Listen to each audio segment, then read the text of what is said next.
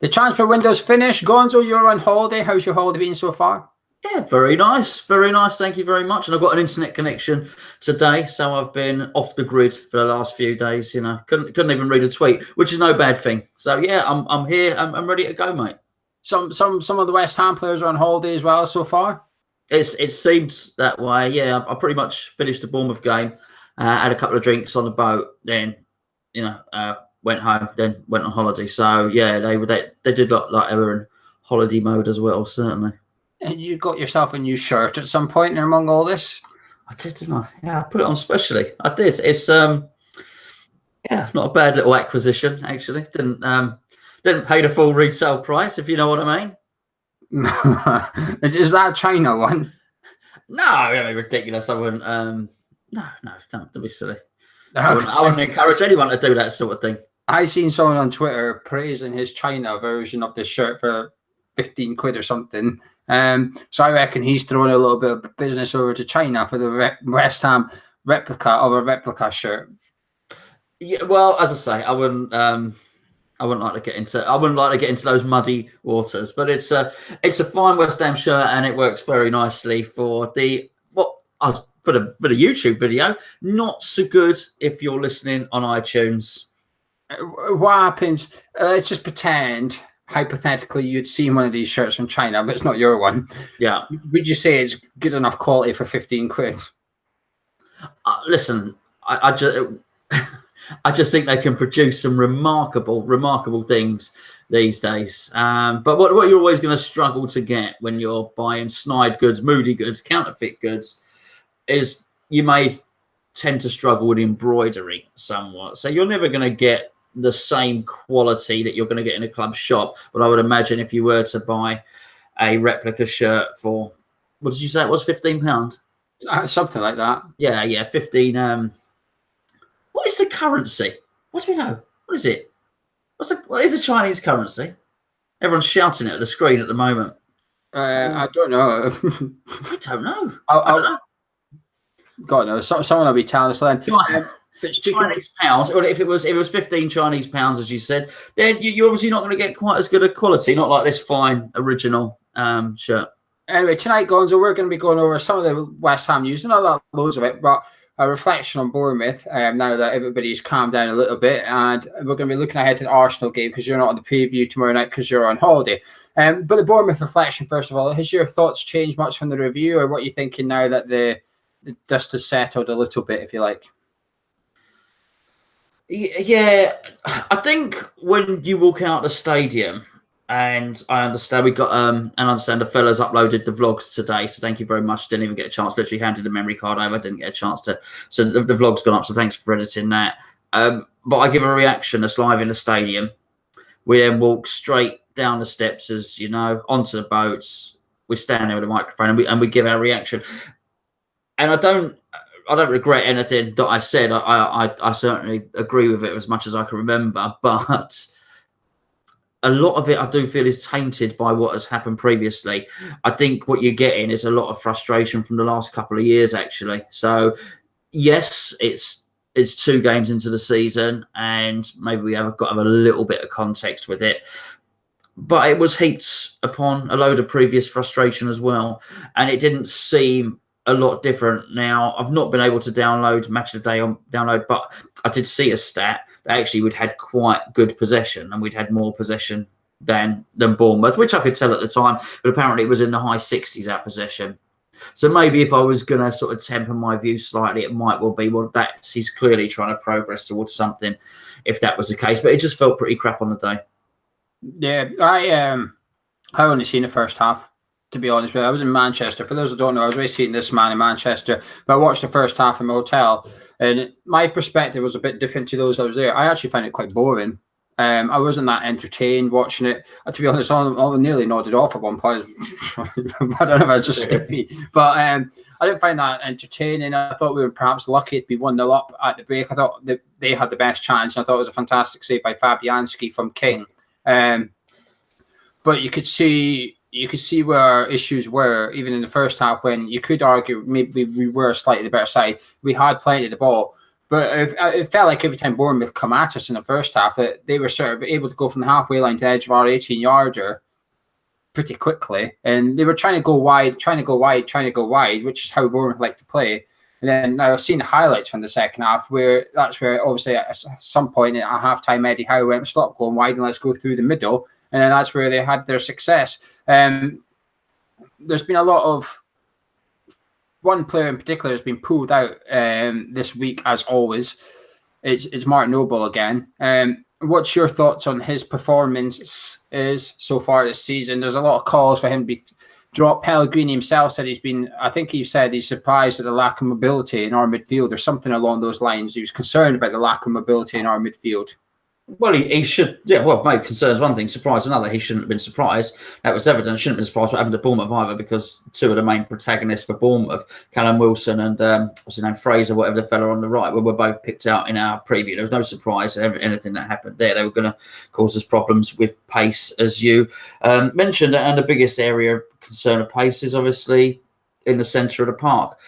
There's no agenda here. Clearly, you love Mark Noble. You've got a picture of him behind you there. When we were asked before, when Pellegrini came in, that we would directly ask the question on a cup of tea show: did we think that Mark Noble would suffer?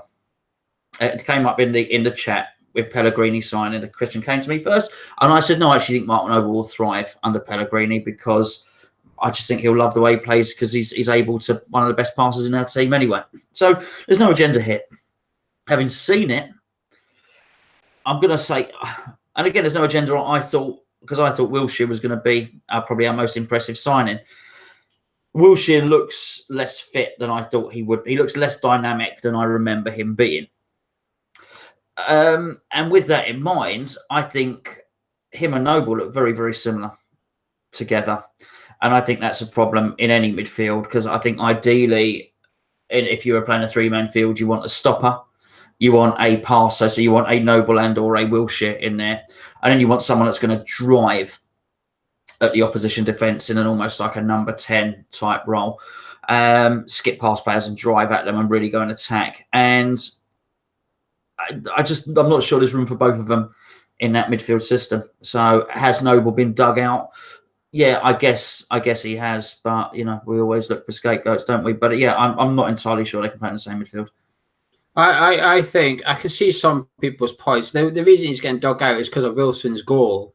Because obviously Wilson goes past Noble on the halfway line, and then he skips past Balbuena or Zavaleta and puts it in. But for me, I think the reason I'm not saying I'm going to let Noble off, but the reason I can sympathise with Noble for that is, one, he's on a booking, so two, if he touches Wilson and he goes down, that's a second yellow card. And second of all, he's probably looked up and seen that he's got four defenders. Wilson's got no support, so he's probably thought, they'll manage this. He's on the halfway line. One of them can take him out if they have to. Then I witnessed the pussiest tackle I've ever seen from a centre-back in the Premier League in Balbuena. How the ball was literally in his favour. He had a free kick of the ball, and somehow he managed to put it off Wilson and into Wilson's path. It's unbelievable how Balbuena's managed that. But with Noble, I still think there is a place for him in the team. I think there's a place for him and Wilshere in the team, but not on their own in midfield. They need someone behind them. It's clear as day. The thing is, Pellegrini's now got the same issue that David Moyes had, and the same issue that Slaven Bilic had, but with just someone extra in there, Jack Wilshere, someone a bit better than what we had. And instead of Chiati, he's got a better player, but it's still the same issue. We had no defensive midfielder. Now, football fans are perhaps experts in the club, but maybe not experts in football in sense. So we're not all tacticians, as much as we like to think we are. We're not all experts in chance, but we've all got opinions on it. It doesn't make us right or experts. Pellegrini's an expert. Tony Henry's an expert. Avisa's an expert. He's an expert. But when 90% of your fan base think there's a problem in centre midfield last season, when it's such a high number, chances are there's a fucking problem in the centre of midfield. They're watching your team week in, week out. Now, apparently, this is where it confuses me. We got told Pellegrini's watched every game from last season. He's watched them all. So how he can watch every game and still not come up with the answer that centre midfield is the problem, And then sell Chiati. Now, before you say anything, I'm glad Chiati's gone. I'm not saying that. But to sell Chiati, the one mobile player in our centre midfield, and then complain that there's no mobility in centre, well, you just sold him, mate. You didn't replace him. But the thing is, all the fans knew we needed a centre midfield. We all knew we needed a defensive midfielder. Everybody was calling for it for a reason, because we witnessed what happened on Saturday. We've witnessed that for the last 18 months, 2 years. We've been watching that happen every single week. Teams coming through the middle of our pitch and scoring. And it's happening again. It's probably no surprise to people. Now, is the answer Sanchez? We don't know. I didn't see him, but some people were saying he did okay when he come on, albeit it was a small role he had, but he did all right. Is Rice the answer? Well, we thought Rice was going to get the chance to show he's the answer. He got literally 45 minutes at Anfield. Then he's hooked at halftime. He's not even in the squad the following game. I mean, Christ, there's harsh, then there's just like slapping a 19-year-old in the face. You didn't manage Anfield out the squad completely. I think that was harsh as well. To me, Gonzo, what is me? We play Arsenal and he comes up with a new formation. We're going into our third game of the season with our third formation of the season, and that can't be helping anybody. Nobody in that team can benefit from us changing formation from game to game to game. I think he needs to take 4-3-3 and just stick with it. Just stick with it until we master that. Until Wilshere and Noble master playing alongside each other with Rice or Sanchez behind them. Because how are you meant to form a partnership if you're going to get chopped and changed every single week? I don't get it. But we've got the same problems as we had for the last 18 months to 24 months. And it's nothing new to you. It's nothing new to me. It's nothing new to people that went to the London Stadium. We've got more questions about our midfield than answers. And we've just the summer transfer window's finished. And this is why some people like me and you said, can we afford 40 million on Anderson? Because there's other areas of our pitch that need this money. It's only 2 games, but there's still an issue in the team, and it's still the same issue we've had all the last 2 years. Yeah, but he's paid an awful lot of money to sort that conundrum out. What more can you ask for? You know, I don't want to get on his back, but I think he's probably the 3rd or 4th highest paid manager in the Premier League now, and with that, you know, we might not be experts, as you say, but he certainly should be. So I do expect him to identify it. Particularly, it's not just the area that you said either. There are other areas where we're looking to identify it. So I want to see. He's been ruthless, as you say, with Declan Rice. I don't know what the deal was with Fredericks. If Fredericks was he injured? Do you know? Was he injured or not? Oh, apparently he was just dropped. Well, okay, so he's been ruthless with Fredericks, which is absolutely fine. In which case, there are other people if that's what you're going to do. And I agree, you shouldn't be chopping and changing. What you can't do is create a divide in the dressing room. So if your ethos is to be ruthless, then actually now he probably needs to be ruthless with Balbuena and Anderson. Because it should be a case, if he's ruthless like that, then okay, right, you're out. Diop's in, who has spent a lot of money on. We're shipping goals a lot anyway. Bring the lad in. Let's see what he's got. And, you know, and the same with Anderson as well, if that's what you're going to do. But, as you say, you run the risk of chopping and changing and making the formation even harder to learn. But I would hope they'd be working, if not their asses off in terms of energy levels. I would really expect there to be running a lot of drills on passing and move in training, just to really hone that technique and those tactics that he wants to play.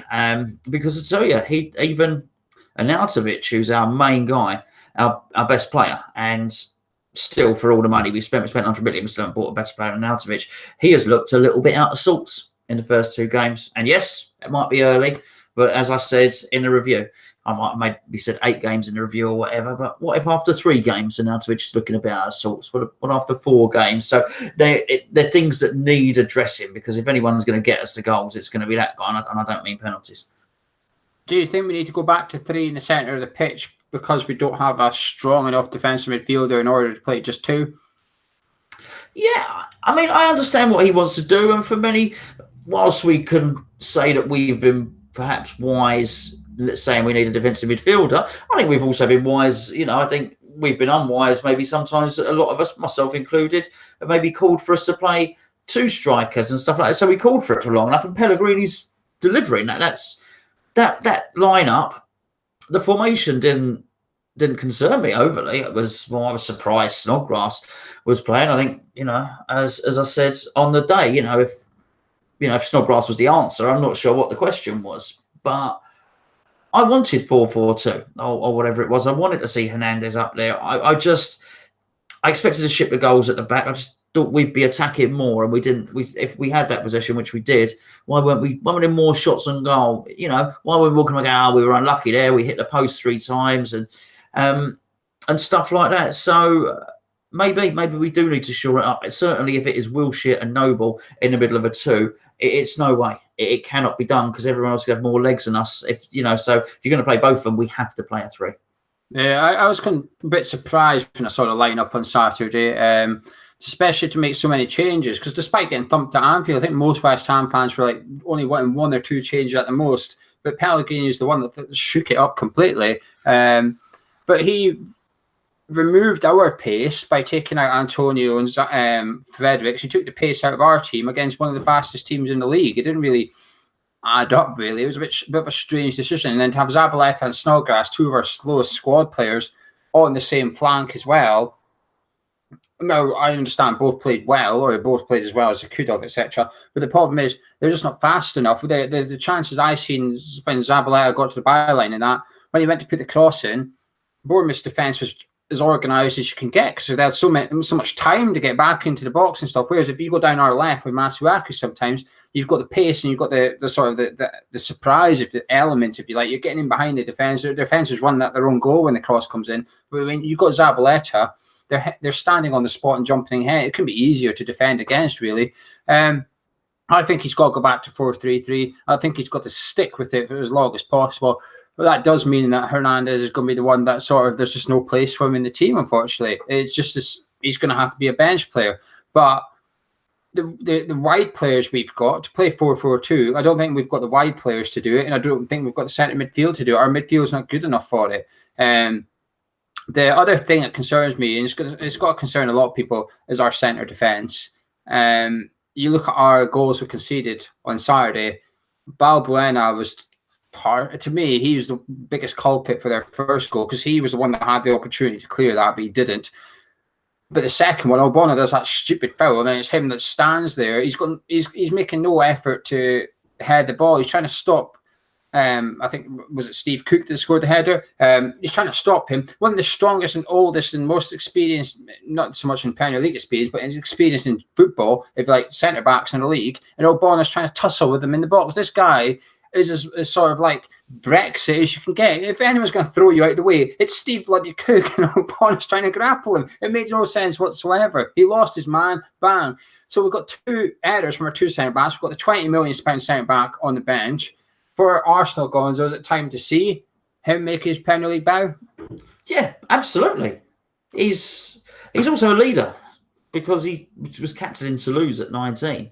So we've got nothing. We've got nothing to lose. We really don't. He's pacey. He adds a bit of pace to the back line. He's big. He's strong. He's towering. He'll be one of the biggest players on the pitch. It was quite funny when I watched us when we played Wigan. Arnie's a big boy. Yarmolenko, very, very big player. Diop was playing as well. And we just had a load of big players on the pitch, and we looked a big, strong team.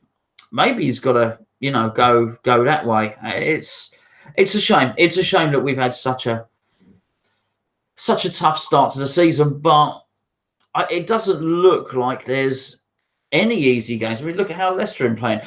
Would we have liked to have had Leicester first game? I mean, maybe Burnley, you might think, because of been a bit down in the luck, because I think largely because they're European exploits. Europe's great if you're a big club. If you're a club like Burnley, then it can really hinder you. So yeah, maybe that might have been nice. But then look what, Brighton, well, look what they did to Man United. It's a cliche. There's no easy games, but and yes, I would say, you'd rather not play Liverpool or not play Man City. But I think whatever teams would have had the first couple of games this season, I think we would have still lost, judging by the way we've played. Interesting. There's no easy games unless you play West Ham, of course. But I think he's got to play Diop almost through default, the sense that you can't keep those 2 centre backs after Saturday. You've got to change one. But which one would you change, or would you be changing them both and putting Rice in alongside Diop? Well, Well, no, I don't think you can make two. He's made too many changes. I would change Balbuena, because at least Ogbonna has. I mean, it's strange, particularly an Italian centre back to mark like that for that second goal. Very un-Italian, I've got to say. But I don't think you have two newbies in it. If what you want to do, the reason for doing it is to shore up the defence, you don't put two newbies in there. You at least have a guy that's have been at the club for 2 or 3 seasons. So yeah, I'll go Diop and Ogbonna. See, I'm tempted to put Rice in with Ogbonna because in pre-season, Diop looked clumsy to me. He looked clumsy at times, and that was against like Preston, Wickham. I fear what he's going to do when Lacazette comes running at him. It just strikes a fear into me. I know Arsenal's lost 2, but I thought they played all right, actually, both games. I thought they've played well. I thought if I was an Arsenal fan, I'd be very positive about this weekend because they've done enough. They got thrashed by City, but you can write out they had good spells against Chelsea. They did have good spells in the game, yeah. Yeah, and they were reasonably unlucky against Chelsea as well. It took a moment of magic, if you like, from Hazard. The guy on the pitch is worth over £100 million. So they're going to be confident. They've got 2 fast strikers. The chemistry between Lacazette and Aubameyang has been good when they've been on the pitch together. If Emery goes for it, if you like, and starting and puts them 2 up front, I'm going to crap myself when I see that Arsenal lineup, how them 2 are up front together, because our centre-backs, you can walk through them right now. When we did our season preview, and we did that player do you think will disappoint you, I had no hesitation in picking Ogbonna because I remember what he was like in about. Now, I know the first year Upton Park he played well, but after that year at Upton Park, he was awful in a back 4. He was all at sea. He was calamity. Then he had that surgery and you thought, maybe it was because of the surgery. He works fantastically in a back 3, but in a back 4, he just scares the living daylights out of me for some reason. So when I seen what I seen on Saturday, it didn't surprise me very much. It didn't surprise me. And can you then play, like you said, can you have Balbuena and Diop as your partnership at the Emirates in the 3rd game in the Premier League? Probably not. So do you leave Ogbonna in through default? Because I don't know. He's got a very, very tough decision. But one thing some fans have been saying is we can't play a back 4. We have to go to a back 3. Do you agree with that? Or do you think that's like almost like a coward's way out, if you like? Actually, no. How about you learn to play with a back 4? Few people said it to me on the boat straight away afterwards. Few people, actually, said we need to go back to back 3. We won't. Pellegrini won't do that. He's never played that way. He just won't. So it's pointless. It's pointless wishing for it, but it is another thing for them to learn. I think it would have certainly been easier had we had stuck with Moyes' shape and then from within that structure, then started instructing them to retain the ball more. That would have been easier. But to change the ethos and the style of play and the formation.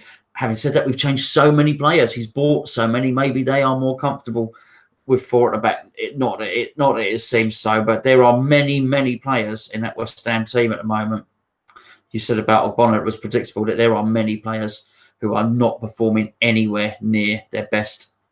Yeah, the funny thing is, though, the players that people are talking about dropping are all the players that have been at West Ham before Pellegrini arrived. The ones on everyone's lips is Ogbonna, Masuaku, Noble. These are all players that have been here. We've seen what they can do, and that's why we're struggling to move on, if you like. I don't want to call them deadwood, but they will be deadwood in a few years' time, probably under Pellegrini. But if we were going to stick with 3, listen, if we were going to stick with 3 at the back, we might as well just hand David Moyes 100 million to do what you want with that then, because the reason we've got Pellegrini is almost to get rid of that football, to see this football. We've just got to stick with 4 at the back. Pellegrini's always conceded goals. He got off with it in La Liga because the football's not as fast and attacking in the Premier League, if you like. You can get away with your sloppy defence in La Liga to an extent. He got away with that at City in his first year because he took over from Mancini, a very defensive sound coach. So he had the defence done. He didn't have to do anything. It's a bit like when Bilic took over from Allardyce to an extent, that the defence was sort of sorted. You didn't really have to do much with it. It was only then when you had to sort of coach it a bit, you come unstuck. That's why Pellegrini was fine in his first year at City. He had that to go on, but they scored so many goals. It didn't matter how many they conceded. They scored 100 by February or something. They could concede 3 every week because they were scoring 4. It was fine. But he eventually lost his job at City, in my opinion, because he couldn't work out the defence. He was scoring goals, but he was conceding far too much, and that's what caught up with him. And you do worry if his weakness, if you like, is the same here. But I don't mind conceding goals as long as we're scoring them. I will say that. I don't mind it to an extent, because if you go look at the Premier League last season, I think the 7 bottom goal scoring teams in the league finished in this bottom 6 places. The only exception was Burnley. They had a freak season. But the ones that concede the most are all over the league. They don't necessarily get relegated. We are the prime example. We conceded the most goals in the league. We stayed up. But because we scored so many, we also stayed up. Whereas Stoke couldn't score. Ta-da, you went down. Swansea couldn't score. Ta-da, you went down. So once you score enough, you'll be fine in this league. It's not so much about your defence, it's about your offence. But the problem is, the offense ain't working either. We've scored 1 goal and it's from the penalty spot. Is there any other changes like to see? I mean, Zabaleta was a strange one for me. I was surprised Zabaleta came in at right back, but he played well. But we're going to Arsenal now. Would you keep him at right back, or would you be bringing in Fredericks? Well, I thought Fredericks was going to be the mainstay. I thought that was going to be the way we play. The swapping those players is a statement of how you're going to play, and it's a statement of intent. So if you're playing Fredericks, you're saying we are going to be playing this very, very fast style, Wile E. Coyote, and I don't mean, Roadrunner. So we're going to be playing Roadrunner style. Catch us if you can. That's a real statement of intent. You're asking their fullback and the opposition fullback and the winger, deal with this. So it's not just a change of player; it's a change of ethos. When you put Zabaleta in there, it's a, well, hold on. Okay, I'm shoring the dam up here. I'm making things steady. So, which maybe we need to do. I would have liked, personally, I'd like to see Fredericks in there. I'd like to see, we're not going to be able to tiptoe into this philosophy that Pellegrini wants to do. Okay, he needs to go for it. We may not win a game for a little while. We may not get a point for a little while. So if he's going to do that, and he ain't going to be sacked, because he would cost too much money. If he's on, 3-year contract, if he is rumoured 10 million a year, his payoff's gonna be 30 million. It ain't gonna happen. He's not gonna leave. So we better get used to each other. And if that's the case, maybe we got to take the short-term pain for the long-term gain. And if that's the case, then accept the defeats, because they're happening anyway, and build the team and get it done. And if that's that would mean Fredericks for me. Yeah, same with me. Who would you be playing defence? Are you going 3 in the centre? If so, which 3? Well, you've got, okay, I think you've got to put that Sanchez in there, or Rice. I don't think Rice turned into a bad player, and not even a defensive midfielder. You've only got to look at the rave reviews he got playing that position for Ireland. Martin O'Neill, Roy Keane were going mad about him. They know their stuff. Those two. So I think you either play Rice or you play Sanchez there. If you want to ease Rice back into it, fine. Play Sanchez there, 32-year-old, seasoned international, as a stopper. Then you've got someone that can pass and someone that will go. If it is Noble and Wilshere, and I don't think it can stay that way, because once Lanzini's fit, Lanzini's got that position. If he is going to do that, then you've got to instruct Wilshere to drive on. I know this thing, he looks a bit better when he's dropping deep, but no, I thought we were getting someone number 10. I want to instruct him to have shots and take people on. If you're not going to do that, then you've got to bring Anderson in, because that guy has played he's played number 10 as frequently as he has wing for Lazio. If that's his thing, we need to get him involved in the game. We need to get something happening. So maybe he's the one at the top of the diamond in midfield or whatever, the number 10 that drives on and tries to play in an Arnautovic, or the 2 wide players, be it whatever, Antonio, Yarmolenko, whoever's playing wide. Maybe plays an Arnautovic wide, plays Chicharito in the middle when Yarmolenko. But you have Anderson not on the periphery again. He was so wide.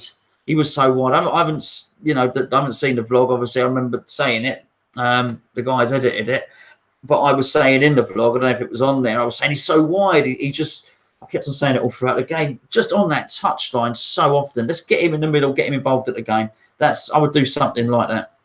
Yeah, he was the same at Anfield. I remember saying after the Anfield one, I don't understand why him, Antonio, and Arnautovic had the full width of the pitch between the 2 wingers. It's not how Pellegrini usually plays either. Pellegrini likes them to come in and make it compact. What they need to be doing, they're not as good as these players, but they need to be looking at the Liverpool front 3 and saying, this is how you play as a front 3. That, Anderson, for me, it's Yarmolenko. Yarmolenko has to start. I don't care how fit he is. I know some people have said he's not that fit. Put him on from the start. And if you have to take him off at half-time because he's blowing out his arse, but he's giving his all on the pitch, then so be it, because you might be 1-0 up, 2-0 up, and he's influenced the game. Don't put him on when you're 1 or 2 down and tell him you now got to influence the game. Give him 0-0. Put him on from the start and let him get at his man.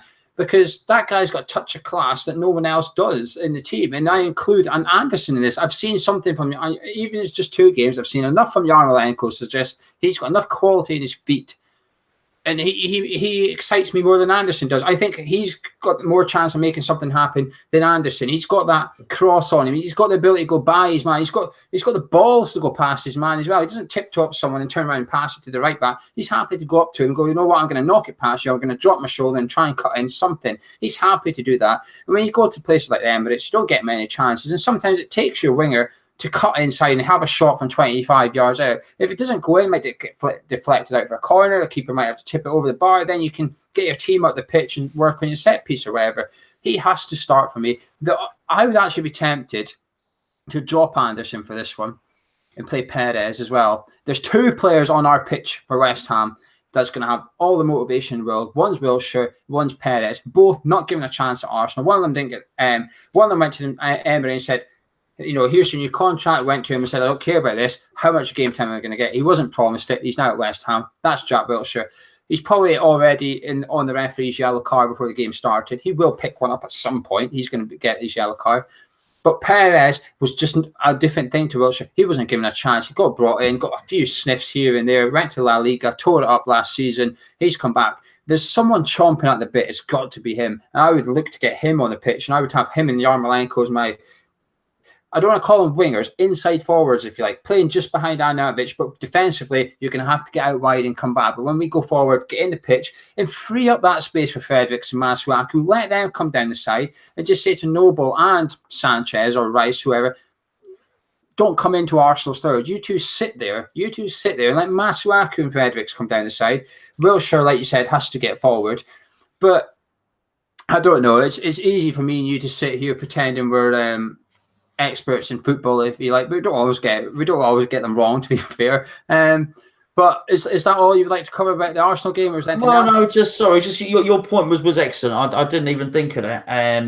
The Perez and the Wilshere Arsenal association. That's a really, really good point. But just on Yarmolenko, just when you were saying it and you were saying, you know, he's got the ability to go past the player and whatnot, I was just thinking to myself, actually, I'm sure that Anderson has all that ability as well. I'm sure he does. I'm sure he's technically very good. But Yarmolenko, it's the same with Arnautovic. There's an arrogance about it. They strut their stuff. Anderson seems a little bit timid, a little bit shy, a little bit afraid to try something in case it fails. So he tries the safe option. That's not what the great players do. The great players love themselves. And I know people will say Messi has got... No. Messi loves himself. Make no mistake about it. He thinks he's the best player in the world. But you look at Ronaldinho, Ronaldo, Ibrahimovic, there's no ego bigger. When you are a truly magnificent player, there's nothing wrong with having a whopping great ego. Because for every Paul Scholes, there are 10 Ronaldos with that sort of ego.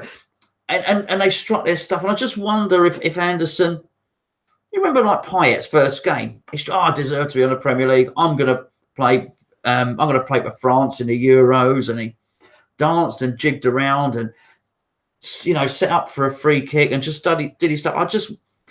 And that's management, of course. I would like to see a little bit more of that from Anderson, actually, because he's just not confident. He looks timid. And I totally agree. And until we can get some of that sparkle into him, then it's always going to be a concern. Yeah, to be fair, Anderson's done a couple of passes. I mean, there's one pass he did against Liverpool that sticks in my mind. It was in the first half. He was quite wide on the pitch. Everybody was standing watching him. And he played it inside for Arnautovic. Even Arnautovic was shocked the ball come to him. I mean, Arnautovic had to stutter to get going because he wasn't on his toes. He wasn't ready for it. And it was such a simple pass. It didn't do anything. Arnautovic got there, led to a corner. But it was just the vision. The fact that Anderson could see that despite the fact that Arnautovic is 3 yards behind play a little bit, if I pass it here, Arnautovic has then got the one that can run it. In that pass, it takes a little bit of quality. It takes a little bit of like what Gaza had about him. He can see things that not everybody on the pitch can see. You know, you could put, as much as I love Mark Noble, you could put Mark Noble in that position Anderson was, and he wouldn't see that pass. He would see the pass backwards or whatever. He would see the safe option. He wouldn't see this one. If I can squeeze in between these two Liverpool players, it opens up all that room. And Anderson did that. And I thought, oh, this is what I want to see. But I've just not seen enough of it so far. I just think, like you said, he does seem a bit shy. Like, Yarmolenko and Arnautovic, they had their team photo shoot today. In case you haven't seen this, the first team had their photo shoot today. And Arnautovic picked up a bit of paper with his name on it and said, "Why does this say Arnautovic? Just to say Hammer of the Year." And that's what you want from your players. Yeah. That's what, it's like he's almost like a peacock, isn't he? He's got his feathers out. He's saying, "Look at me." Then you've got Anderson, who's the little chicken running around, just happily eating his seeds. But you need him to turn into a peacock. You need him to want to flaunt his feathers at the ladies or whatever and say, "Hello, look at me." But until that happens, all it might take is one goal. He might take one goal and bang, you see Anderson come out of his shell a little bit. But for Saturday, I would consider dropping him because I think we can only have 3 attackers on the pitch. I think the other 8 need to be defensive. And for me, Yarmolenko's been our most dangerous one in spells. I think Arnautovic is our goal-scoring one. He's one more. And I think Perez is the one who's got the X factor about him, the unknown X factor. He's got the motivation. He created the second most chances in La Liga last season for a reason. So let's see what he's got at the Emirates. Because and it might do Anderson good getting taken out of firing line, because if he has another poor game at the Emirates and Noble's not on the pitch, I'm sorry, but fans are going to be loading their gun with a bullet and they're going to be looking at Anderson, who's 40 million, going, "It's you, mate, because you're 40 million. And I think, as much as I always say give players a year to settle in, I stand by that. But when you're 40 million, you've got to show us something. At West Ham United, 40 million, you need to show us something that sort of says, "I am 40 million pounds for a reason." And that's a lot of pressure on his shoulders. It's a lot of pressure. So, well, you won't notice. You won't notice. You didn't see you didn't see the second half. There was a point in the second half where he miscontrolled it and it went out for a throw-in. And there were groans. No boo. No, well, actually, funny if there was some boos, but not at that point. There were groans. And it was a groan of frustration, which wouldn't have happened in his first game or even at the start of the game. But it's almost like, hold on, this is his second one, the second poor game. Oh, and even I did it. It was just everybody's disappointment all at once, whatever. 45,000 disappointed people going, "Oh," at the same time, which is audible enough. So, yeah, I think it is getting to that stage, maybe. Anyway, if you want to keep up with the latest team news ahead of Saturday's game, you can do with the One Football app. It's completely free. Me and Gonzo keep banging on about it for a reason. The link is in the description below. It'll give you all the notifications to your phone as well. So when they put it's basically crossing social media and football. It's perfect. So you can follow the clubs you want to follow and the countries you want to follow. For example, I follow West Ham in Scotland, obviously. So when an article goes up about West Ham, I'll get a notification through. So if I fancy reading it, just swipe it and read it. But it gives you all the team news as well. And now before kickoff, it'll tell you where the lineups are, etc., etc. Brilliant app, completely free. Have a look and let us know if you like it in the comments below. Gonzo, you were at the London Stadium. The carpet was green. Miss Baroness Brady has wrote an open letter. She's basically calling them out, but she's called it an open letter to the E20, because the expert said that E20 needs to change it. It's not safe. Because a few players have tripped over it, etc. So they've said, yeah, okay. West Ham said, "Can you make it claret? We'll pay for it." E20 originally said, "No, it's going to be blue to fit with our branding."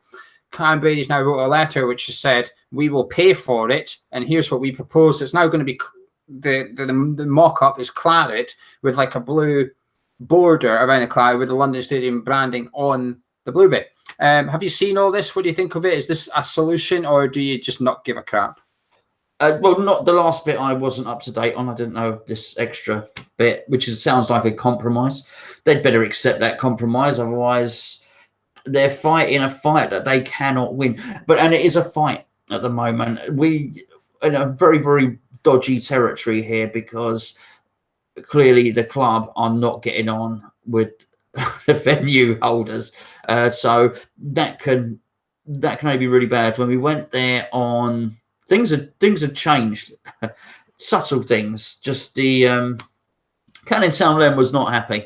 Canning Town Len likes a pint of Murphy's, and they'd gone and they've been replaced with Pim stalls, right? And also all the brand is 2 tiers, two parts to concrete. All the lower bits which said, 1980 Cup winners, FA Cup winners, blah, blah, blah, all the way around. That had all gone. It now says London Stadium. So all the stuff celebrating West Ham's history had been ripped down. And that is clearly Stadium 185, wherever they are, sending a message to West Ham. That is clearly them more rebranding it as the London Stadium. Now, they can't, it's making a loss. It's making a constant loss. I think last year it lost 20 odd million or something like that. I'm not the amount of figures. Go and Sean Whetstone say everything to the penny. I don't know. I know rough stuff, right?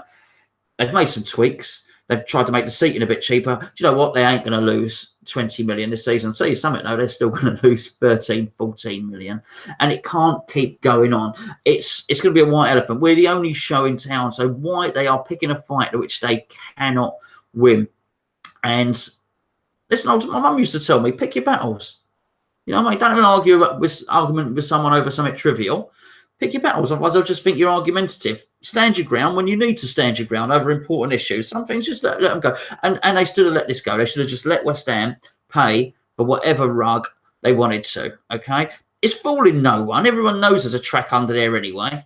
So I don't know. I find the whole thing silly. But if they think green is not suitable, then I guess green's not suitable. I wouldn't want it to be blue. I didn't even think of Tottenham. I think Tottenham was white anyway. But I've got to say, it would look weird having had claret seats put in there and big old hammers, crossed hammers hanging up everywhere to then stick a blue surround. Surely they need to put it a little bit more in keeping with the club. So I guess it has to be claret. It's a strange one, really, because claret's not far off the colour of a running track. And the running track's what they're trying to hide. So they're trying to hide the running track with almost a running track coloured carpet. But hey, there we go. Silly, very, very silly. But what it does do, it highlights the bigger battle that's going on between the club and the stadium operators. And this is the tip of the iceberg, because they're nagging, they're nitpicking, they're doing the small stuff. There's bigger battles to come. But I said before, won't go into the whole mayor thing now, but there's a mayor election and they're short on funding and they can't keep on pouring money from the London coffers into that stadium. So something's got to give within the next couple of years. Yeah, well, I can't really care too much about it, to be honest with you. But Brady's done a clever move here, actually, putting it out there publicly. She's letting the world see that we're offering to pay for it. The government don't need to put the bill for the carpet. West Ham will put it. It clearly says we'll pay for it. We're going to pay for the maintenance of it. We're going to pay for the installation of it, the storage of it, etc. And it says that it'll save you £350,000. West Ham's going to pay it. The mock-up is a compromise. Experts said there need to be a compromise. They want their London blue. We want claret. So this one's got the claret with the London blue around it. So fair enough. I'll be surprised if this doesn't go ahead. But Brady's certainly cranked the pressure up on them a little bit. And she's done it quite clever, to be fair to her. But speaking of the stadium, Mr. Pellegrini was complaining with 10 minutes to go. Everybody left. Did you leave 10 minutes to go? You can see I didn't. If you watched the blog, unless Alan's cut the end off and made it look, he might have done a clever edit, made it look like I left early. No, I always stay to the end. But what can I say? They're changing. Once Crossrail's built, I'll be able to start attending night games. But I don't go to night games there anymore because I just can't get home in time. And if I did go to night games, I've got to say I would have to leave early. It's as simple as that. I'm not going to criticise Pellegrini. He doesn't know. He's never had to do that walkout. But there's massive queues. There's just massive queues. I don't care. I'll stay there because I go to the boat and have a couple of jars on a weekend. By the time I walk out of there, when it was that night, 7 o'clock at night, there's no one there. I walk straight to Westfield. It's nice and easy. I'll never criticise anyone for leaving that stadium early, and because until they sort those stop-go signs out, and until they've got a clear walkway to the trains, it is the truth of the matter is it's the only way sometimes you can avoid a 40-minute queue. And if you've got young kids with you and stuff like that, it's already been a long day. Ideally, everybody stays in there. That would be nice. But I think he made out in his comments that it was late in the game and there's still a chance to score a goal. I don't think that's why people are leaving. I don't think people are leaving thinking we're not going to score a goal. That's not. It's a practical reason that they're leaving. They need to get a connecting train at Waterloo or Euston or whatever it is. Mikey was there. Mikey had to go back to. Where does he live? Near past Milton Keynes, Northampton. He lives up you know, that way. He had to go to Euston Station. There's a whole series of connecting trains there. So, you know, that's the way it is. People leave 2-1 up, 1-1, 2-2. It doesn't matter the score. People just leave full stop early, for the reasons you've already explained. It doesn't bother me people leaving early. I only done it once last season. That's because I had to go get a bus home. But we were getting beat 3-0 Brighton anyway, so I wasn't the first one to leave like that. I don't think Pellegrini's made a wise move here. I don't think you should be having a small pop at the fans a little bit. You do wonder if sort of like, are you going to do this every time you get beat, Pellegrini? Are you going to have a little pop at the fans for not going? And as other people have pointed out, nobody left early at Anfield, but didn't. Where was why the team never went over to the away fans to say thank you for staying till the end? You just got smashed for it. Half the team, well, 90% of the team buggered off down the tunnel pretty quick. You didn't care about fans staying till the end then, did you? But there's been some performances, and this is under Pellegrini, there's been some performances. The players don't deserve the fans staying till the end. It's as simple as that. We turn out, the fucking players don't, some games. So I think Pellegrini would be wise to maybe not have a pop at fans like that again. It wasn't a full-on scale. I think it was maybe a plea more than anything for fans to stay to the end and just keep supporting the team. They need all the support they can get. But he just needs to be a bit careful, because if we lose against Arsenal and we're struggling against Wolves in our next home game, after that we play Everton, and then we've got Chelsea and Man United at home. We're picking up a lot of points in our first few games, Manuel. You'd be very good to have the fans on your side when things are going tough, because they could turn. Some will turn. There's a lot of people in the live chat. We'll come on to the question in a minute. There's some people asking already about it. Like, are you turning? How long do we give them and stuff? So I don't think it was a wise move by him. But other West Ham news: Marcus Brown, he scored again? Yes, two, isn't it? Yeah. 2 goals for Oxford United, 2 good goals as well. Martinez scored for his Spanish second division outfit. I can't remember the name of the club he's on loan at, to be honest with you. He's on loan at some Spanish club. Hugo scored in a friendly. It was for the Borough reserve team, though. It wasn't for the first team. Up front with Ashley Fletcher in that game. But you got off that strike force. Hugo's fee at West Ham and Fletcher's fee for Borough. That's a £16 million strike force for a Championship reserve club. That's an expensive strike force they've got there. And then wristbands.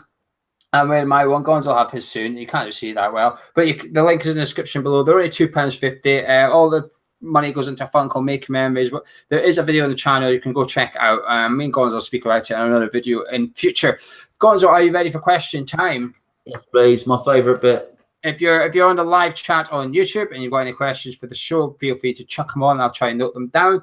And if you're on Twitter, follow us at @hammers_chat, and you can ask questions there. So we're starting there with 1966 West Ham United. It says, if West Ham have a new crest next season as expected, what crest would you like to have? As expected? Yeah, it's because it's our... okay. Do you know what? I wouldn't be surprised. Well, what would I like to have? I always say this. I designed a crest on the forum. It was a round one. I always want my crest to be the one that they choose. Anyway, but aside from that, I reckon if they're just going to do it as a commemorative crest, I reckon I'll take London off for a year. I would tick off London. To be honest, on that badge, I'd be tempted to tick off West Ham United as well. I would just have the crossed irons. I think that's all I would have. Nice. Look a bit plain, but that's what I like it. I like it, stuff like that. Actor Rob G. Belt says, which players do you think will really come into their own over the next few games? Yarmolenko and Arnautovic has to. Really, Arnautovic has to. Arnautovic has got. We're talking about the old strutting and the puffing out of the chest and the peacock business. Yes, I think Yarmolenko will help. I saw a glimmer when I went to that Wickham friendly. They're on the same wavelength, those two, and they might bring the best out of one another. So I would expect those two to come into their own. Yarmolenko for me as well, but also if we play with a defensive midfielder, I'm going to say Noble. I'll say. Too often, and we've done this every season now, like he just gets knocked. He just gets hit by the fan base, and he stands up and he steps up as well. Quite often, he steps up and come the end of the year, he's always sort of like the third or fourth choice for your hammer of the year and stuff. And there's a reason he does that, and I think he will do it again. But it's only if Pellegrini does what he needs, and that is put someone in behind him, so he doesn't. So he's not the last midfielder. He can't do it. He's not a defensive midfielder. At Shoesmurf82 says, as an Arsenal fan, how many goals are we expecting Aubameyang to score against you guys, given how quiet he's been against the big guys? Only 3. Only the 3.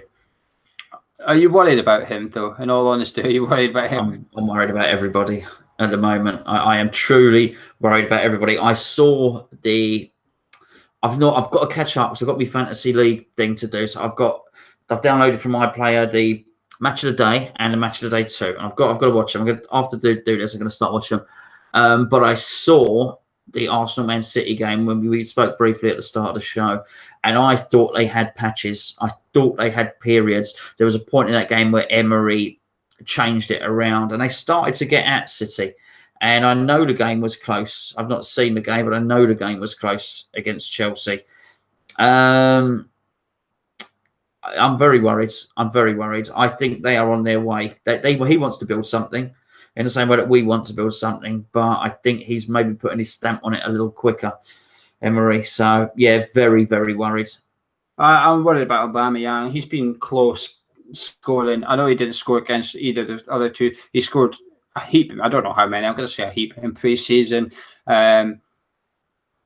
If Emery goes bold on Saturday and puts him and Lax up front, they've linked up well against Man City. Them two, you can see the chemistry is there, but it's just how can Emery get them both into the same starting 11?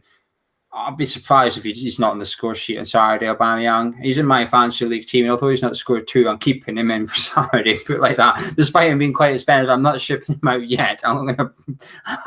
Unfortunately, I'm going to have faith on Aubameyang and get me some points this weekend. The one player for Arsenal we need to get at, though, there's 2 of them. One is Xhaka, and the other one's Bellerin. They've both been poor so far, and unfortunately, they don't play beside each other on the pitch. But the fact that one of them is their right back, our left winger, is whoever plays out wide left is crucial on Saturday, and Pellegrini has to make the right choice. And if that's Anderson, we need to see him really flourish. Or if he does a curveball, which is Perez, or put Arnautovic out there and put Hernandez up front or something, he needs to target Bellerin. The one thing Arsenal have been struggling with is long balls.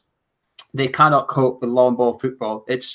You call it long ball football, let's call it long passes, okay? They can't do it. We need to go direct on Saturday. When we get the ball at the back, go long and look to get over the top. This is what Arnautovic is good at. He's strong, he's fast, he's pacey, he knows how to hold defenders off. Let's use that, because that is how we're going to be able to hit Arnautovic, and the whole team can then push up the pitch pretty quickly. None of this tippy-tappy and trying to get out.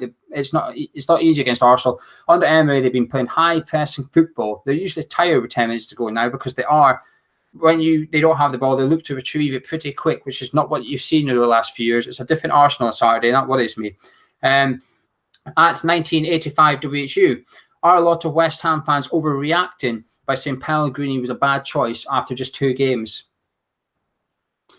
Well, it depends, doesn't it? It depends if they have been consistent with that. If just before the season they were saying this is the best manager of all time, and then 2 games later they say, oh, it was a bad choice, then yeah, I guess, it depends. You've got to, everything is taken in context. If someone was saying, I don't want Pellegrini, I prefer Rafa Benitez or something, and 2 games later they're still saying it, then they're not overreacting. I've not heard too many people say nasty things about Pellegrini. I think people are just concerned. I think people are keeping it in context and keeping a bit of perspective, and we say it on videos, and everybody else is saying it on the comments, and everybody knows that it's a tough start to the season. You hear them, it's everyone's disclaimer before they say anything about Pellegrini. But once you've said that, you are allowed to say, actually, those tactics are a bit, I'm not sure who he's choosing. Otherwise, you just shut the conversation down. We do a chat show thing here. We've got a forum. Our whole ethos at Hammers Chat is to chat about the Hammers. That's the whole flaming point, So if you think he's picking the wrong right back, say so. I don't see too much overreaction. Just a little bit of quiet concern, and that's fine. I have not seen many people reacting. I do think that clown on TalkSport, I don't think he was a West Ham fan. He's probably a fan of another team. I didn't even listen to it, but some clown was on TalkSport saying he wants Pellegrini sacked, etc. It wouldn't be a West Ham fan. It's probably a Spurs fan. It might even be someone that works for TalkSport pretending to be a West Ham fan in order to get people to click on it and stuff. It's not a bad choice. I've pretty much, as we said in pre-season, this season I'm not expecting much. This season, Pellegrini's got a year for me to get stuff together. But the only problem with this, the difference is with him and Moyes, right? Moyes and Bilic were the cheap option, right? They were the cheap and available. You could accept cheap and available tactics, if you like. You can accept not competing with the other teams around about you because their manager's better than ours, because we're sort of dibble-dabbling around Lidl and Aldi for our manager, but there's other clubs maybe the same size as ours with a better manager who braved it and gone to Waitrose and got a manager, or they've gone to Tesco and found a bit of a sneaky deal. He's actually better than he is worth, but we never had that. But now we've actually gone and got a manager on £10 million a year who's been there and done that with big clubs and has just spent 100 million.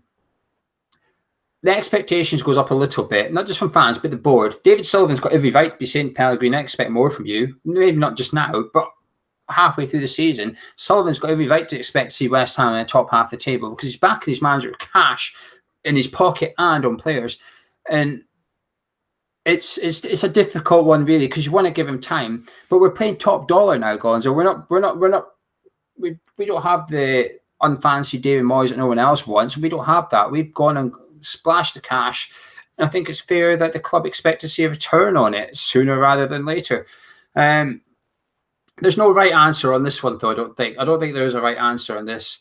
At Frank WHUFC, who blogs for us, is a good blogger. Check out his articles on hammerschat.com/something blogs and have a look. It's go on to Hammerschat and then go to hammerschat.com and click on the blogs button. Yeah, click on the blog button. Frank's articles are there. Would you bring Declan straight back in for Arsenal? Which we said yes. And also, do you think Anderson would operate more centrally behind Arnie? You've essentially answered that one already as well. At Curtin Hammers is talking about the centre-back situation. Here we go. Curtin Hammer Daz says, has Pellegrini made a decision on Rice based on just 45 minutes at Liverpool? He started as the first choice holding midfielder. Now everybody seems to be talking about Obiang and Sanchez. Yeah, but what I would say is I thought Pellegrini sprung a bit of a surprise with that first team that he played against Liverpool. I also think he sprung a surprise with his selection against Bournemouth. So don't be surprised if there is another surprise. Don't be surprised about a surprise. I don't know what it is. Maybe that's no surprise at all. But anyway, equally, he could do something that we don't expect him to do against Arsenal. So whether he brings him back, I don't know.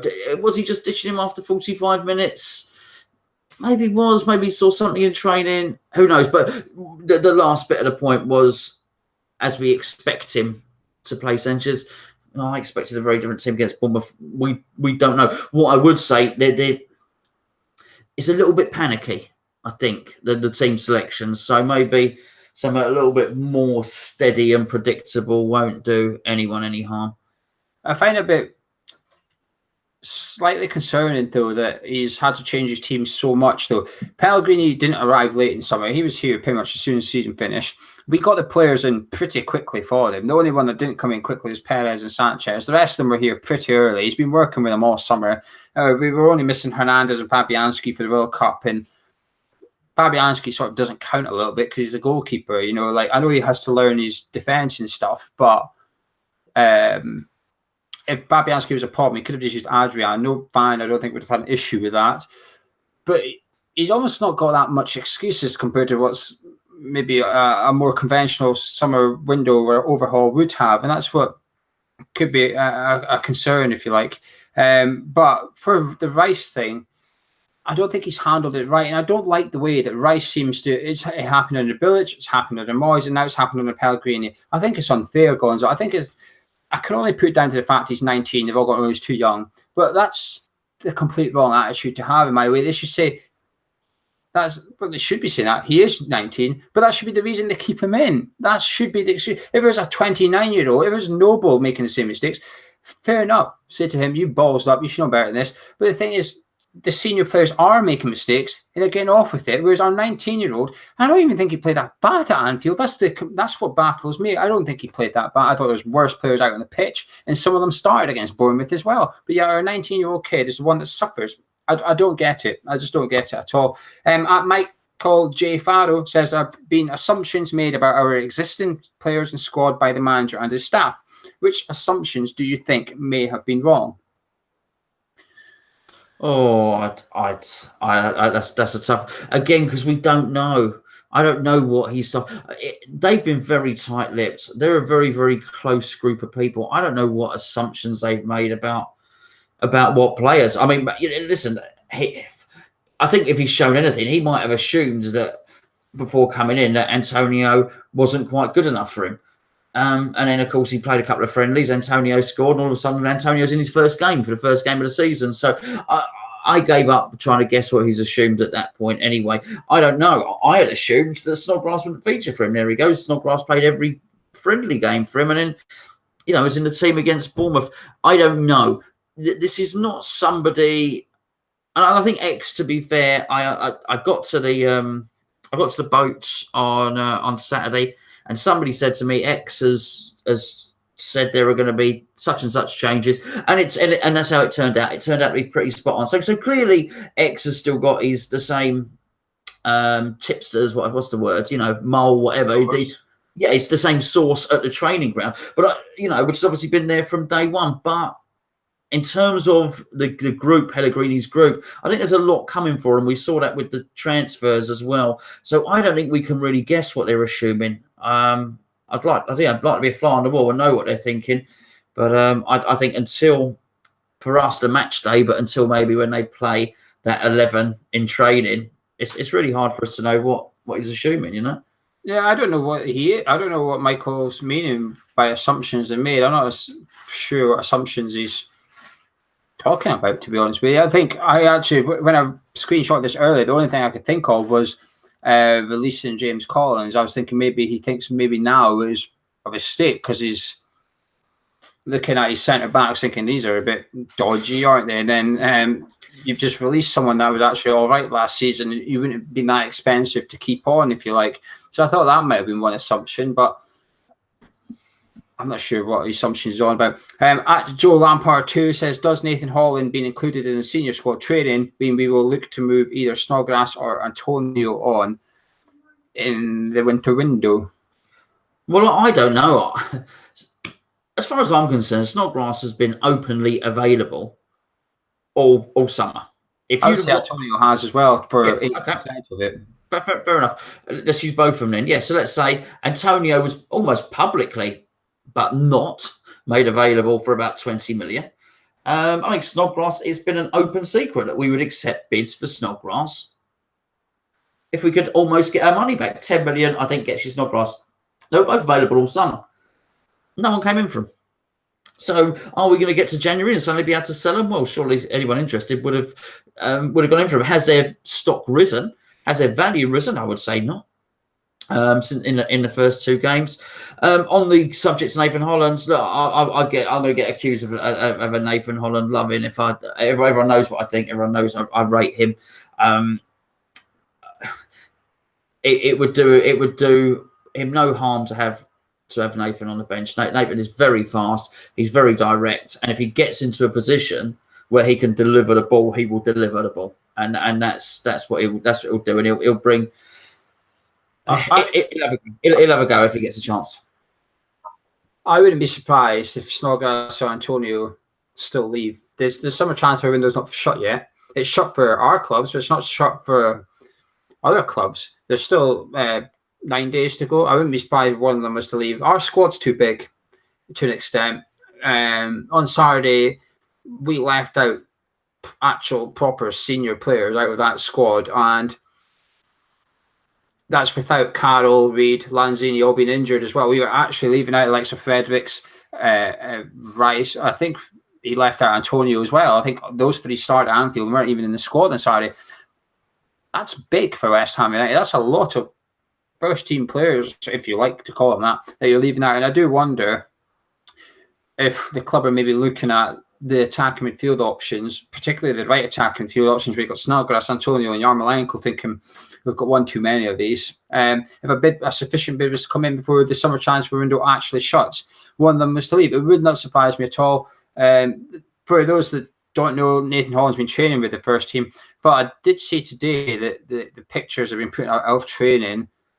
There was another couple of under-23s there as well. Connor Coventry is one of them. I can't remember the other one. It's really annoying me that I can't remember who it was now. But there was another under-23s player there as well. So it is good to see him come in. But the problem is, because we've got such a big squad, there's no room for them. It would take a lot of balls for Pellegrini to say, Snodgrass, you're on the squad this Saturday because I'm having Nathan Holland on the bench instead. You spoke about players having egos, and you're quite correct. I agree with you. That is a whack to a Premier League player's ego, and you're getting dropped, and there's a kid with no Premier League experience under his belt coming in on the bench for you. I can't see it. Managers just don't do it these days. Should they? Yes. Do we want to see it as football fans? Of course we do. But do they? No, because you're massively risking the morale of the individual, but also the squad potentially. And it would take serious balls from Pellegrini. Start drafting in the likes of Holland and leaving out the more experienced players. I would like to see it. Just can't see it, Gonzo. Hammer Mulder, now the YouTube live questions. Hammer Mulder says, how long until people boo Anderson? He's obviously been listening to us, and now he's asking us to expand on that a little bit. Well, I hope nobody would ever boo Anderson. But by saying that, I don't think it's far off. You obviously heard what I said earlier on in the show. As you say, Geo, it was just a groan of frustration. And the trouble is, it just puts the pressure more on. So every time he tries to attempt a trick, and I mentioned his trick, if you didn't see in the review, he knocks it past the player, creates a one-on-one race and tries to run round him. You better not try that with Bellerin, by the way, because you'll find Bellerin is quicker than him. And when it doesn't come off, people groan and moan, and what happens is he then will retreat more into his shell, and he'll just play a little sideways easy pass, and I hope he doesn't, which is why I want to see him in the middle. Gio mentioned his range of passing earlier. Let's see some more of it for the number 10 position. I've got to say though, I think 5-6 more games of him not performing very well, maybe just getting 5 or 6 out of 10s. I can see more disgruntlement, certainly.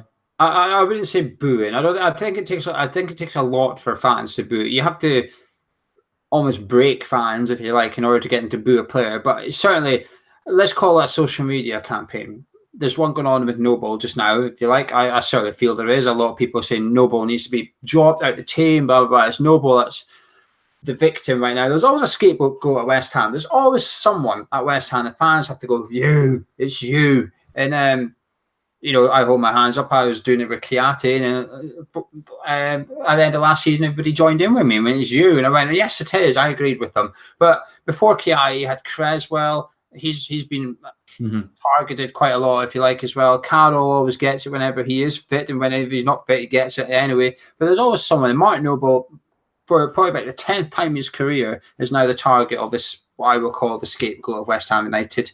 Now, some people haven't rated Noble for a long time. We've got a forum at Hammers Chat. Even when Noble has a good game, these people will say he's had a good game today, but he still shouldn't be in the first team every week, etc. And that's fine. They're entitled to that opinion. But I do sometimes think we jump on players too quick. We're now heading into our third game of the season. That's it. And there's already people saying, Noble, he's finished. His legs are gone. What, 2 games into the season, you've decided that he's not going to cope. But I agree with you. Give it 5 or 6 games, and then I will call it the social media thing. The social media witch hunt. If you like, we'll turn on Anderson and say, 40 million. Useless, effing this, effing that, effing this, and it's just the fickle nature of the football fan. It happens at every football club now. It's a society thing. It's a 2018 thing. It's not just West Ham. It happens everywhere. It's a fickle nature of the football, and Anderson will become a victim of it unless he starts producing £40 million goods, and it's a very difficult thing to do. Clayton says early doors, but is anyone losing faith in Pellegrini? Has your faith wavered at all? Because I will say I was 100% behind Pellegrini when we got him in the summer. I was delighted. My faith hasn't wavered. As much as I'm frustrated by things, I'm a bit confused by 1 or 2 things, I'm still 100% behind him. But it takes a lot I think you'll agree with this. It takes a lot to break me over, whether it's a manager or a player. It takes a lot for me to go, actually, I don't like this. Has your faith quivered? Because I know you were unhappy at what you've seen at Anfield. You were unhappy at what you've seen at London Stadium. No, and you know, to put it into context, I did. You were away when Pellegrini signed. You were away, and we agreed that I would jump on and I would do a video, just me sat in a cupboard talking to myself. And anyway, it was bored enough to watch and talk about Pellegrini. And there was a lot of comments on there saying I was a bit miserable about it. And we'd done a cup of tea just before that. And in the cup of tea, we didn't know we were getting Pellegrini. We went through, it was Fonseca, it was Benitez, it was Emery. And we went to Pellegrini. I said, I don't want this guy. I don't want this guy. So it's not that my faith had wavered. What happened was, as he came in and they started to back him more, I started to get more excited about it. I thought, well, hold on a second. This is okay. This is all right. You know, he wasn't, who I wanted, but I could see he was a good manager and a good manager with pedigree. So I got behind it and I got excited. So it's not that my faith has wavered. It wasn't my favourite anyway. My excitement that started to build up as it's gone in that sense, and I feel worried now. I was excited. 2 games in, I'm now worried. That's probably the best way to describe him, where I am with it. I'm still optimistic. I was optimistic, and I still am. It's 2 games in. All he has to do is win 1 game we're not expected to win, and we're sort of on level keel for points as to what we should be doing. Anfield 0 points, Bournemouth, you would like to get 3. So all he has to do is go win away to Everton or something, and we're back on what we're expected to do points-wise for the season. We're not far behind. So I'm still chilled. My only concern is when he spoke about lack of mobility from centre midfield. I did think, well, hang on a minute, Manuel, here. This isn't new. This is nothing new at all. And you're the one claiming you watched every game. So how can you watch every game last season, play Wiltshire and Noble, and scratch your head and complain that there's no mobility? Well, no shit, Sherlock. We've been watching it for the last 18 months. What do you think is going to happen? If Pellegrini went round every fan when he first arrived, Pellegrini spoke to fans somewhere, said, what do we need? I think most people would have said, you need a defensive midfielder, mate. You need someone in there. You need someone in that middle of the pitch. We didn't spend the money there. We got in Sanchez. He might be a gem, a very cheap option who turns really good. I don't know, but not convinced. Forever Blowing Bubbles says, around about Christmas, what do you expect our league position to be? Bit cheeky asking us after 0 points. Yeah, I'll be optimistic and say 15th. Optimistic 15th. Yeah. Bloody hell. Bournemouth has really sucked the fun out of you, isn't it? I'm having a lovely time away though. Did you see there's 2 stats? As you know, I like my stats. There's 2 stats that's come out after that game that are fun. Pellegrini, 8% of Pellegrini's Premier League losses has come as manager of West Ham. Brilliant. Well, that's going up. It's only been 2 games. 8%. Like, so if we lose on Saturday, that's into double figures. Bloody hell. Another one, I think it's I want to say 18%. 18% of Callum Wilson's Premier League goals have come away to West Ham in the month of August. It's not even just away to West Ham, specifically in the month of August as well. 18 stats, West Ham love it. But for a league position, I'm going to say 11th. 11th. I don't think we're... Do you know that optimism you had at the start of the season, Gonzo? Get it back, because it's 2 games in. Come on, all we need is one. Hold on a second. I predicted, we did our thing. I predicted 11th in the league. So me saying 15th by Christmas is not, bearing in mind our start is still on course for my prediction. I'm on course. I'm just feeling worried, slightly worried, but I'm calling for nobody's head. Even Anderson, I'm not saying he's a flop. I just sound like he moved to the middle, or him to get some confidence back. I just want to see. I want some more excitement, but yeah, we might have to wait a little while. Ben, this is a different question, a bit of fun. This one: what's more important, Arsenal away or Wimbledon away? Because we play Wimbledon on Tuesday night. Oh, Wimbledon away. Yeah, I completely agree. You can get over the Arsenal defeat, lose at the Emirates, and lots of teams are going to do that this season. Losing in the cup, I mean, come on, that will suck some optimism out of me. If we get knocked out. Getting knocked out of the cup's one thing, but to get knocked out of the cup like that would be another thing altogether. That would suck some optimism out of me, because I thought, well, bloody, it's all about the FA Cup now. We're not even playing that until 2019. So yeah, definitely Wimbledon for me. And that leads us on to, well, someone asked, that leads us on to Forever Blowing Bubbles again. I said, what would you like to see as a lineup for Wimbledon? Actually, we're not going to go into that because we've got a preview for Wimbledon at the weekend. That's when we'll talk about what changes we want to see and who we want to see brought in and stuff. Phil, how long do we allow to gel and or adjust? How long do we give this team? The team? Well, we give the team as long as it takes. What does Pellegrini do? Well, Pellegrini gives the team one game, as we've seen. Pellegrini gives the team one game and he changes it. So that's it. He might give the team another game. It's whether Pellegrini will give the team 3 or 4 games. If the question really is how long does it go, how many games can we lose? How long can it go with no points? If, for instance, if going into the Brighton fixture, do we still have no points? What happens then? That's a very, very different question, because then you are you've got big problems. But the team, we have to stick with the team. As fans, we have to stick with the team. Pellegrini could probably do with a little bit more sticking with the team as well. Yeah, I haven't given them a year to gel and adjust. I'll give them the season. Next August is when I'm going to say, right, now we'll see the Pellegrini effect kick in from here. I'm hoping to see before then, obviously.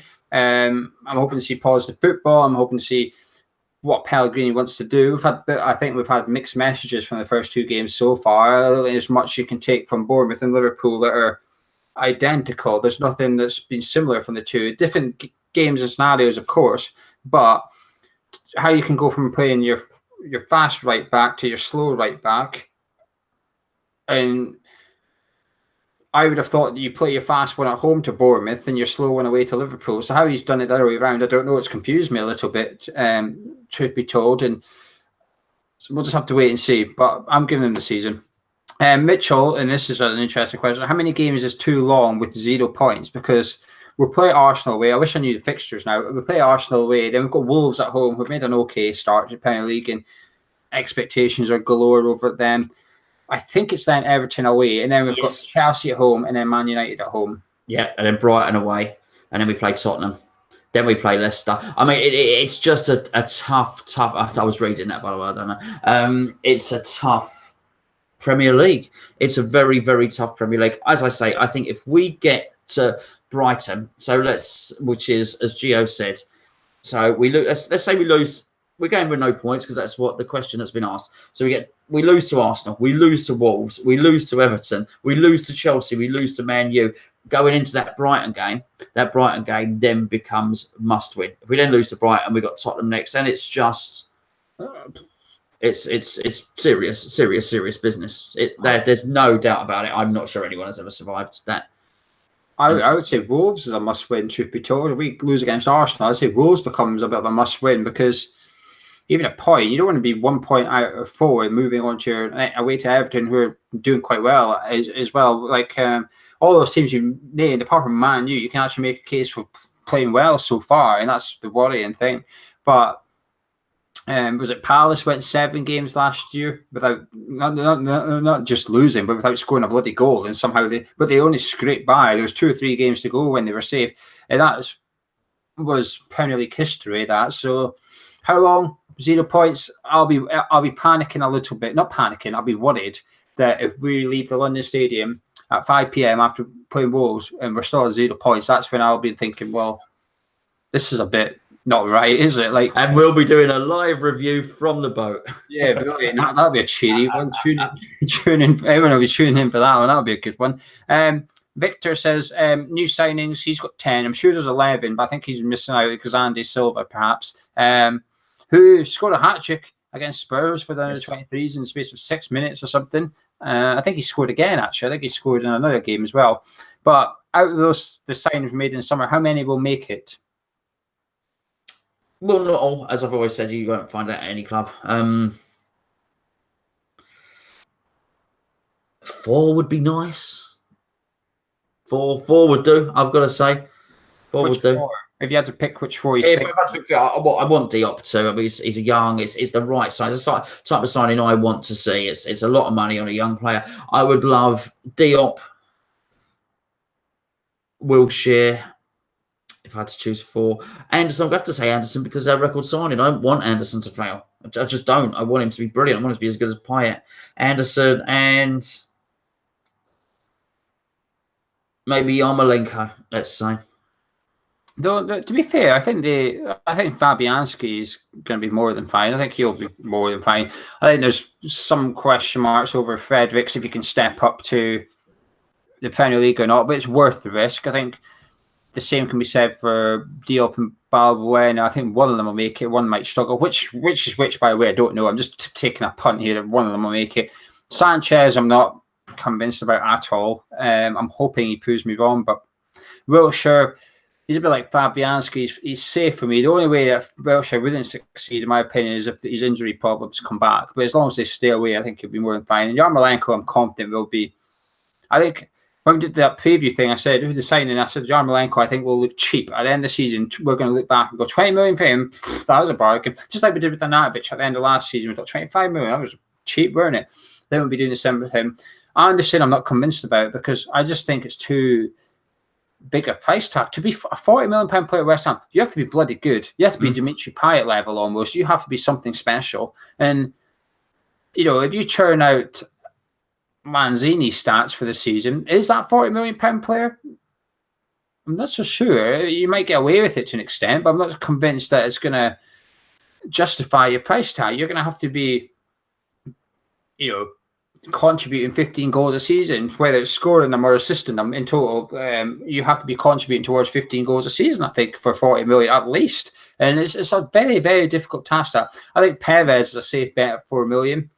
Even if he doesn't make it, he's so cheap that you can always just write it off and go, again, it's worth the risk. But for me, I'll pick out Yarmolenko, one of the centre-backs. Fabianski, I think, would be more than fine. I think we're missing players, Gonzo, because that doesn't sound like we've rattled through. No, we haven't. Clearly we're missing some, but No. There we go. That's never a good thing, is it? But Alexander Silva as well. It's risk-free. West Ham Fan TV, I assume it's Nicky, says, what about Josh Cullen for fresh legs in the centre of the park? Yeah, well, I mean, you can try. You know, you can try anything really. He needs to shake something up in the middle of the park. Having said that, I'm not sure he would be another one. I would say Wilshere, Noble, and Cullen. I mean, you're losing Wilshere or Noble if you're bringing Cullen in because I see him as a similar type player. I don't know what he's going to do. People were talking about Obiang coming in as well. Again, it's not someone I thought would play in Pellegrini's system particularly. And I'm a bit worried if that does happen. If his next roll of the dice did see Obiang or Cullen in there, I would seriously be worried because I was thinking, actually, it would show me how much of a panic on he's having. I was thinking, hold on, this is his third different midfield, which would be a slight concern. But I do think Cullen, I think Pellegrini will like Cullen because he's a ball player. And I think that would appeal to him. And I think Cullen, in the way that Burke's gone, I think Cullen has cemented himself. I think Cullen's staying in the squad. You know, I think he likes him. I think he sees him as a safe pair of hands, and he'll certainly feature this season. Yeah, I would. It's difficult because there was talk of him getting loaned out, but there's other talk saying he can't get loaned out because of this homegrown quota. We need to keep him really to meet our quota. The problem with Cullen, he's got Noble and Wiltshire ahead of him, who are very much like him. He's also got Obiang, because what is Obiang? This is where the Noble thing comes when people say, "Oh, Obiang should start back." Going back to it, but what does Obiang bring to the team that Noble doesn't? Is he any more athletic? Possibly, but I do think he's bloody lazy, Obiang. I don't think he covers a lot of ground when he plays. He seems to be quite, you know, he's not overweight or anything. Noble's got a bit of chubbiness about him, if you like. He's quite stocky, Noble. He does, though. Do you not think Noble's a bit chubby? I'd not considered it before. I'm looking at the picture over your shoulder now. No, that doesn't strike me as a fat bloke, I've got to say. I've always thought he's quite... I think Liam Gallagher's quite fat. Can't sing either, can he? You leave that man alone.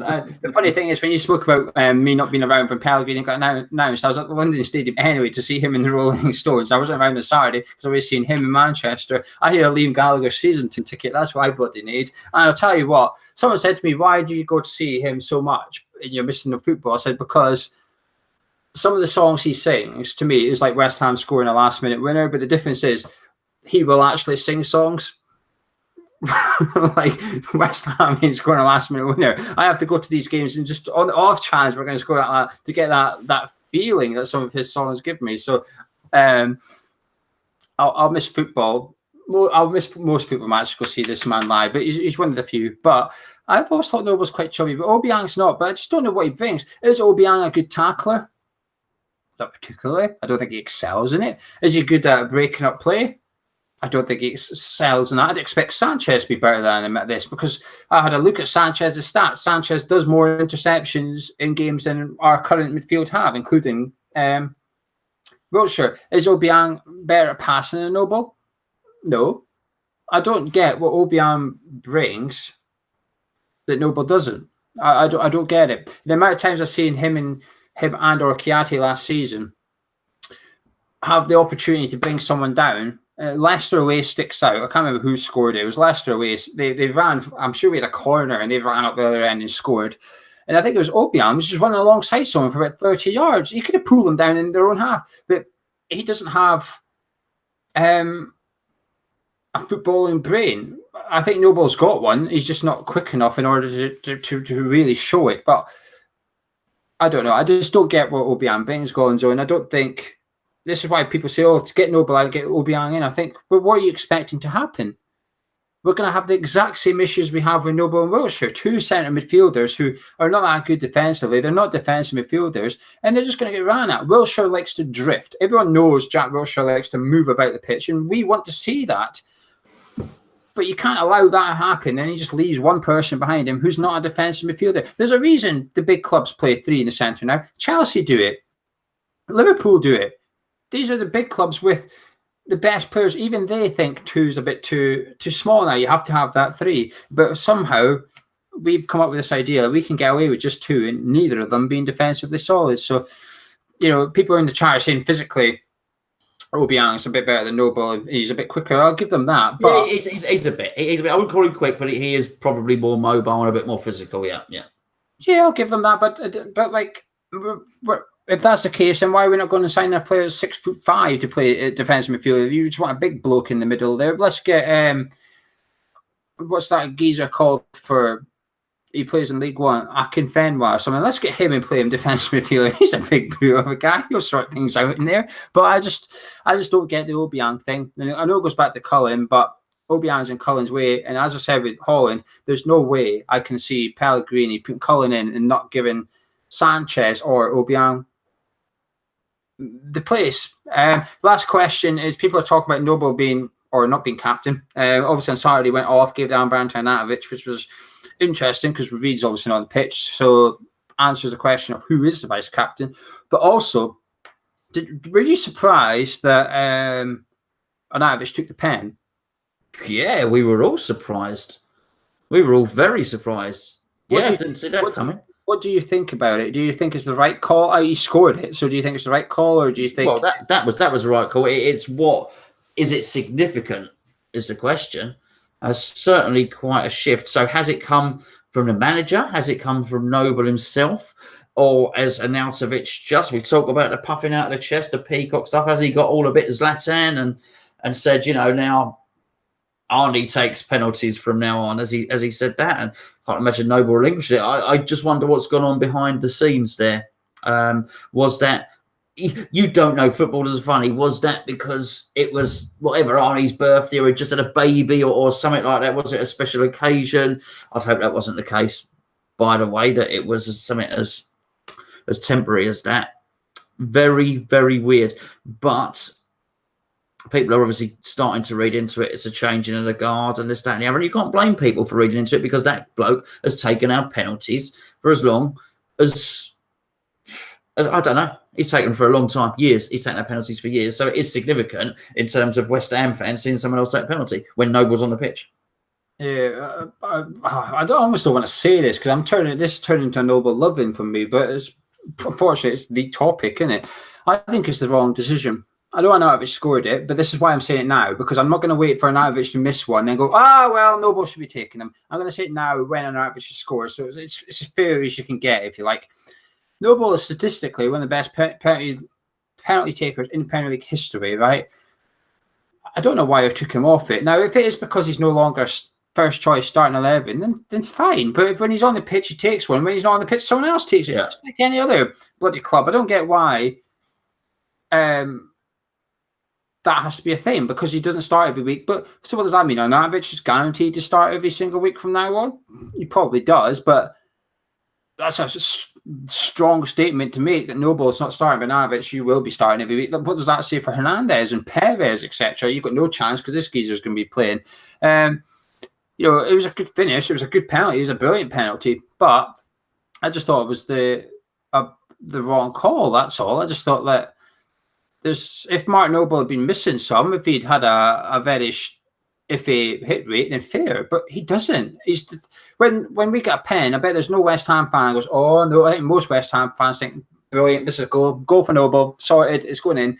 And I just thought it was strange. Apparently, it come out that it's come from Pellegrini. I'm convinced Pellegrini made this call because I don't think there's any way Noble would have gave it to Arnautovic because why would he? He'll be confident in his own ability. He's been doing it for years. But there was someone saying that it's because Arnautovic is going to be one of our top goal scorers and to get his tally up. I'm telling you, that is actually what is happening. That's complete bollocks. If you're actually letting a player take up penalties just to get his own goal tally up, then what's the world coming to? That is just ridiculous because the best goal scorer isn't always the best penalty taker. I wouldn't let Hernandez take a pen. I wouldn't fancy him. If you were in a penalty shootout, would you be in your 5? Possibly, but I think I'd prefer Creswell to take a penalty over Hernandez, for example. I probably would. I'd probably fancy Creswell's chances a bit more. But Hernandez is the best finisher in our team.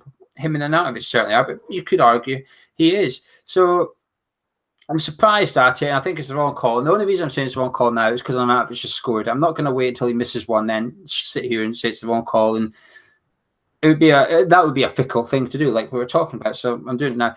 But the captain thing, there's not many contenders. Do you know, when it was Arnautovic, I thought, well, who else could you give it to? And you can very quickly rule out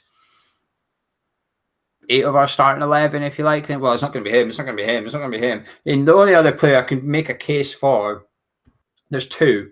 The obvious one is Zabaleta, but he's definitely going to be starting every week, is he? And the other one, which is the wild card, is Fabianski. Because he had the captain's armband at Swansea quite a bit. He's reliable, etc. But having your keeper as your captain is quite a brave call. Arnautovic as vice captain, do you agree with that? Yeah, why not? Yeah, sometimes you just got to give it to... He's not got natural leadership qualities. He's not a leader. He's not going to be somebody that goes around and pats everyone on the back and ruffles everyone's hair and goes and has a word with the referee. But sometimes... sometimes you've got to appeal to a player's ego in much the same way as they used to do with Beckham. Beckham was no captain. Beckham was no leader. He was a great England captain. No, he wasn't. You know, they were pandering to his ego. I used to think about Rooney, but actually Rooney did turn into a bit of a leader, actually, I've got to say. And he had that about him. I think sometimes it's just good management. Sometimes Mourinho's trying to do it with Pogba. You know, he's trying to salvage anything he can, so he's made Pogba captain. Pogba's not a leader in any way, shape, or form. He's a bit of a character and obviously quite a funny geezer in the dressing room, but he's like a Lingard, you know, guy in that sort of sense. But there'll be other guys in that, you know, in that Man U team who probably bigger leaders. But he's done it to try and get a little bit of extra something from his player. I just wonder if Pellegrini is doing it to get a bit more from Arnautovic and almost to say to him, you know, you're important to me. Boost his ego a bit. I think you get 2 different types of leaders here. And the first player I can remember when I was growing up learning football, if you like that, you can get a leader like John Terry, the one that organising this and this. You get that kind of leader. The other kind of leader I think you can get is one that demands the highest of standards. I think Arnautovic does that. When he arrived, he had a dig at Ogbonna and that for turning up late for training. Basically said he's taking control of the fines this season, if you like. He can demand those standards. You can lead by that. But you can also lead by just your professionalism. And the first player I can think of doing that was Thierry Henry when he was captain at Arsenal. I don't think he was mouthy. He was certainly no Tony Adams or Patrick Vieira, but he had that aura about him. This sort of intelligent footballer aura. He demanded respect from his teammates and stuff. And you could tell teammates respect him. And I think Arnautovic gets that from his team. It's probably through his ego. And I think it's a wise choice to be vice captain. Like you said, it also, you can't necessarily put his nose out of joint, but I think he deserves it. I do think that he's a different type of leader to Noble, and it's not necessarily a bad thing. Keeping it warm for Declan Rice, isn't he? That's what he's doing. They're both keeping it warm for Declan Rice. Yeah, who is a natural leader and has that character, certainly. Yeah. So, Gonzo, is there anything else you would like to add before we disappear off this cup of tea? No. Just really to say, I will be. Thanks to everyone that's sent in the Your Shout videos. I've got Matt's going up tomorrow morning. I had some trouble at the start of the week with the upload speeds, but I think that's hopefully sorted now. And I'll be doing a fantasy football video this week. Just got to piece it together and really have a look back. It was quite funny. I had after the game finished, I had a couple of people shout to me inside the stadium. I thought, they're going to shout whatever, whatever terrible performance or, a terrible result. The first thing someone shouted to me was, "Oi, Gonzo, Trippier scored." So they've obviously been watching. Watched the fantasy football team. So yeah, I'm going to try and do another one of those this week and get it up there. So we'll see who's the winners and losers this week. So yeah, apart from that, smashing, mate. I ballsed up fantasy league. I had Aguero. I've had Aguero from the start. I brought in Raheem Sterling and made him my captain. And the bugger fucking bench Sterling, didn't he? And Aguero went and got his hat trick, so I've missed out on all the extra points. But just before you go, what's your score prediction for Saturday? I'll give mine on the preview tomorrow night. Tomorrow night, Thursday, 8:30, we'll be doing our preview as normal. Gonzo's not on it because he's on holiday. But what's your score prediction for Arsenal v West Ham United, please? 3-1, and I will be giving my review straight away afterwards. I'm going down to somewhere to watch it, and yeah, so I'll be giving a review straight away. Well, that scoreline might win our charity bet, which I'll tell you about tomorrow night. Our charity bet includes goals. I will not be on the review because I am busy. I'm going away with Mrs. Geo, so you will not see me on Saturday. You'll be stuck with Gonzo. But anyway, thank you very much for joining us. Drop a like on the video if you enjoyed it. Get your wristband. Download the One Football app. Both links are in the description. Go have a look at the description right now. Just click it. They're both right there. Just click on them both at the same time as well. We'll appreciate that. Subscribe if you use your channel. We'll be back tomorrow night, Thursday, with the preview of Arsenal versus West Ham United. Is it going to be 3 defeats on the bounce for West Ham or 3 defeats on the bounce for Arsenal? Find out tomorrow night.